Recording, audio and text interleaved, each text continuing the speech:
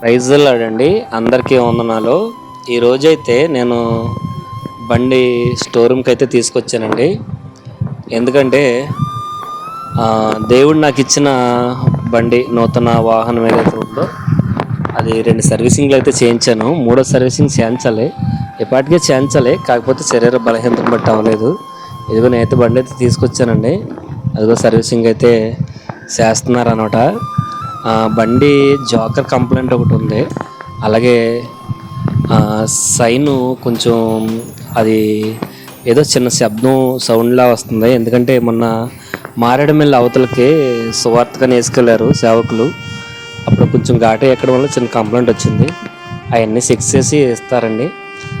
ఏదేమైనా దేవుడు నాకు ఇచ్చిన గిఫ్ట్ వాహనం ఏదైతే ఉందో ఇది 3 సర్వీసింగ్లు కంప్లీట్ అవ్వడానికి, క్రమం తప్పకుండా చేయడానికి దేవుడు చాలా కృప చూపించారు. ఎందుకంటే చాలా బలహీనంగా ఉండి కూడా నేను ఇక్కడ రావడానికి దేవుడు ఎంతో కృపనిచ్చారు.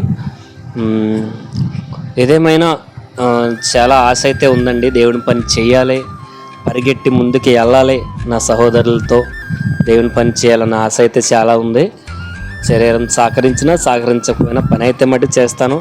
సువార్థికులతో పాటు ఎదరికెళ్తూ ఇంకా అలాగే అనేక ప్రాంతాల్లో నేను నాకున్న సహోదరులతో సువార్త సందేశాలకి నేను వెళుతూ దేవుని పని అయితే మట్టికి చేస్తానండి. ఆపను.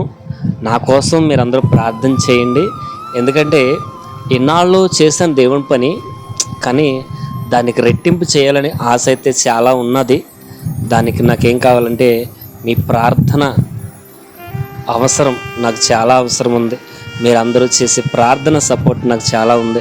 మందిరాల్లో నేను దేవుని పరిచర్య చేయాలి, సేవకులకి సువార్థికులకి దగ్గరగా ఉండాలని మీరందరూ నా కోసం ప్రార్థన చేయండి. నేను ఖచ్చితంగా ముందుకు వెళ్తాను. నేను అనేక మందిని బలపరుస్తాను, యవనస్తుల్ని అనేక మందిని ముందు నడిపిస్తాను. ఈ మాటలు దేవుడు దీవించును గాక.